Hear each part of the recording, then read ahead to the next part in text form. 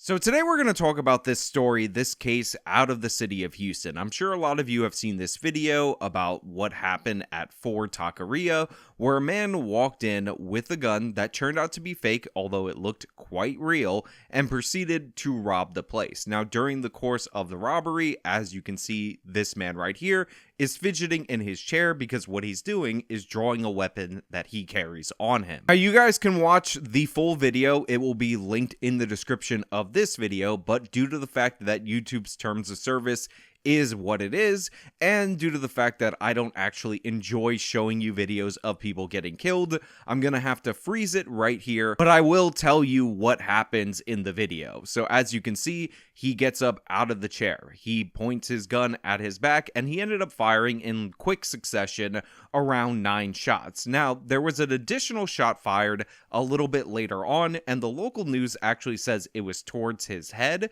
I don't know if this hit him in the head or anything like that, and this has brought up yet again another debate about self-defense versus going too far.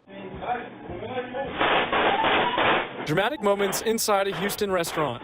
We've frozen the graphic video as a customer fires 8 shots and then one more, killing a would-be robber. After he took that gun, video shows the customer let off a final shot in the direction of that robber's head. Now, originally, I wasn't really going to cover this story unless it resulted in criminal charges, so we could break down whether or not under Texas law this is a self-defense case or not. And obviously, you guys know that the fact that the gun turned out to be fake doesn't actually matter in terms of the self-defense scenario, because you had every reason to believe that the gun was real, and he's waving it around, pointing it at people, robbing people, and there's a person you can see at the end of the taqueria that has their hands up because people are afraid that there's a deadly threat. But there's actually much more to this story than I originally thought, because the perpetrator in this situation is a man called Eugene Washington. Now, Washington is a career criminal. Washington has a history of armed robberies, including an arrest and conviction for an armed robbery that resulted in the death of a 63-year-old man. Now, this happened in 2015. He was sentenced to 15 years in prison, and yet he's out, and he's committing another crime. And not only did he commit this crime, but while he committed it, he was on bond for yet another crime. In 2015, records show Eric was convicted of aggravated robbery with a deadly weapon and sentenced to 15 years in prison in connection to the shooting death of the business owner, 62-year-old Hamid Warridge. He was there. He did not kill their father, but he was there and their father got killed. And that I am sorry for. I never got to say that to them, but I'm sorry for that.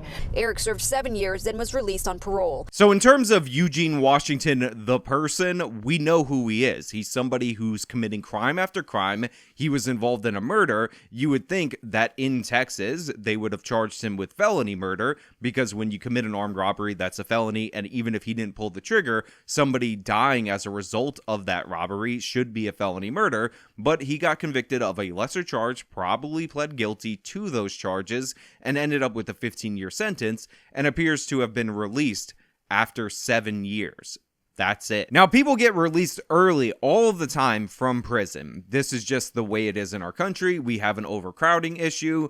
There's also laws that mandate that you have to serve a minimum of 50% or 2/3 of your sentence, or in the harshest of states, something like 85% of your sentence. However, when you look at the math, you can clearly see, since this was at the beginning of this year, I believe it was January 5th of this year, this is clearly a very short sentence. It's likely he didn't even serve a full 7 years, because I'm assuming that he wasn't convicted and sentenced in January of 2015. And there's a lot of things that go into it.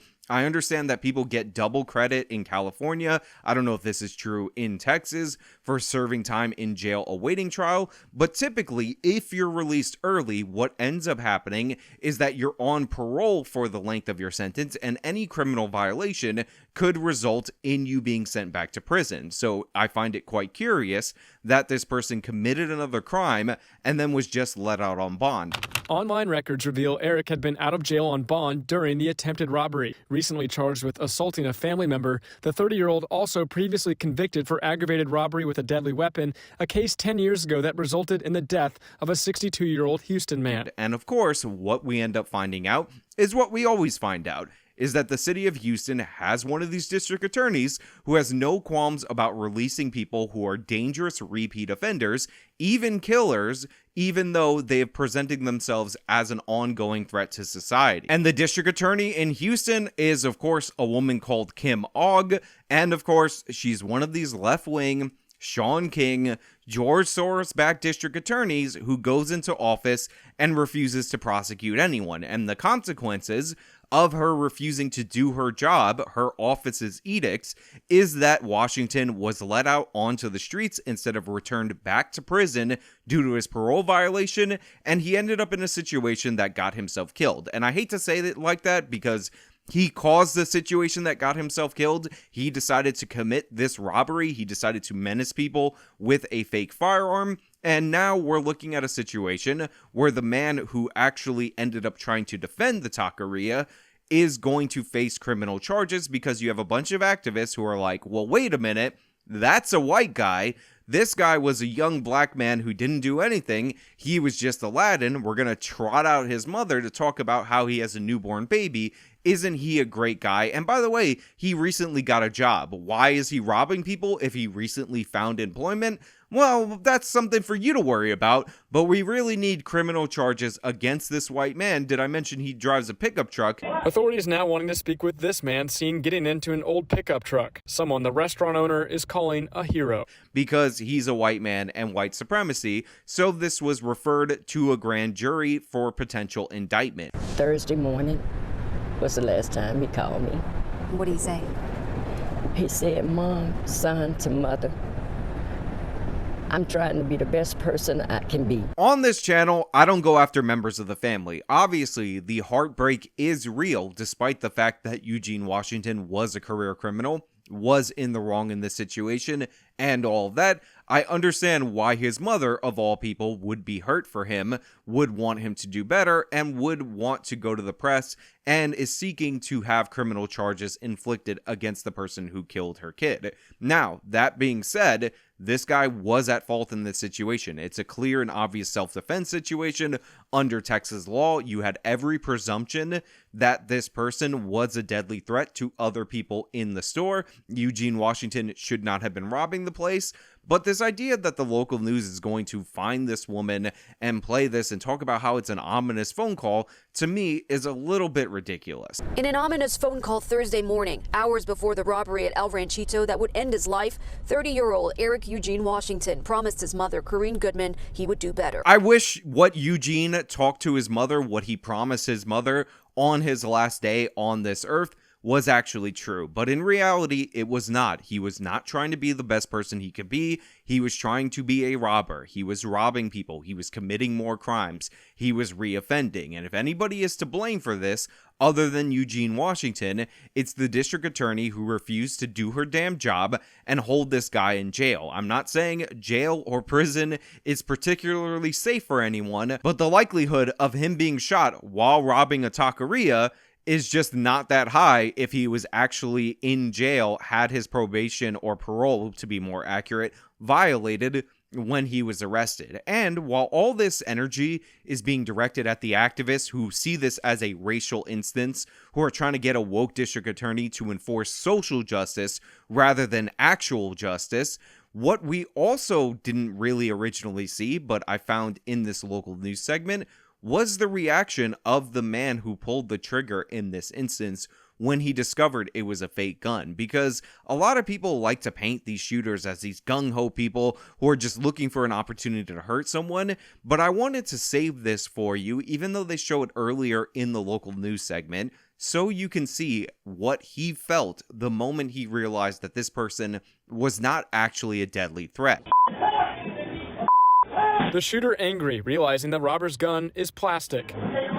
Returning the stolen money to customers, taking a sip of his drink, and leaving before police arrive. That video breaks my heart, and it's infinitely more heartbreaking than people pushing for criminal charges, trying to paint a career criminal as some good grand person who was on the right track and just stumbled a little bit, and then he encountered an evil white racist who tried to stop him from committing an armed robbery. And by the way, to make things worse with the armed robbery, he wasn't just robbing the business. He was robbing individual customers of their personal effects who were just trying to have a nice meal. And for a lot of people who don't care about the business because I guess they have insurance for everything, that makes it significantly worse. But you could see the moment he realizes it's a fake gun, the moment he realizes that he didn't actually have to take this person's life in order to save other people's lives, he can't deal with it. He ends up panicking. He flings the gun in frustration against the wall. The shooter angry, realizing the robber's gun is plastic. And for me, that is so tough. That moment right there shows me that this is a person who actually feels the weight on his soul of taking another human's life, and he's going to be replaying this situation over and over again. He released a statement through his attorney, which by the way is incredibly smart. Don't go to the media. They will twist and turn every statement and try to use it against you for potential criminal charges, that talked about how traumatic this was, how he had to deal with what he did in that moment. And obviously, knowing that somebody wasn't actually under physical threat and that you made a snap-second decision in order to save people is going to be something that he's in conflict with, and it's really terrible. But remember, this is a terrible thing that Eugene Washington inflicted upon himself and other people through his own actions. Look, I think under Texas law, this man is in the clear. A reasonable person under those circumstances would perceive a deadly threat. It's obviously a threat to himself and to others that were in the taqueria, and despite the fact that it is a fake gun, that has no bearing on the law because you can't tell that's a fake gun. And again, do you want to gamble with your life on whether or not a criminal has a fake gun or has a real gun and is unwilling to use it, or it's unloaded, or all of the circumstances that people bring up to try to neutralize what the criminal did in this situation?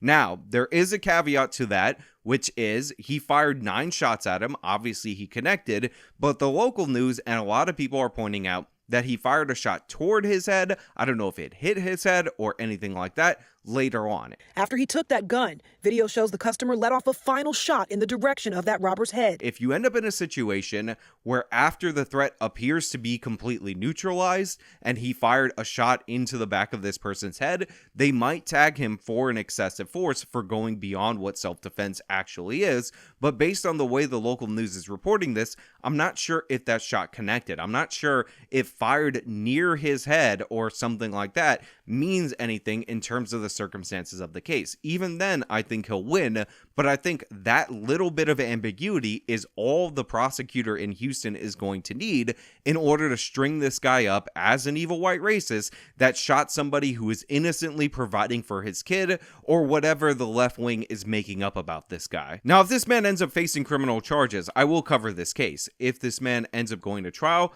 I will cover the trial. If there are any updates or new information that changes my perception of the sequence of events related to this case, I will also do a follow-up correcting anything that I got wrong. I'll also cover, if such a situation were to emerge, horrible left-wing coverage of this incident where they try to paint this guy as some kind of Aladdin trying to provide for his kids and all of that. But overall, I just want you guys to know and have this as your takeaway that there are consequences of soft on-crime policies. It's not even favorable to the criminal in all circumstances because that ended up resulting in this person's death.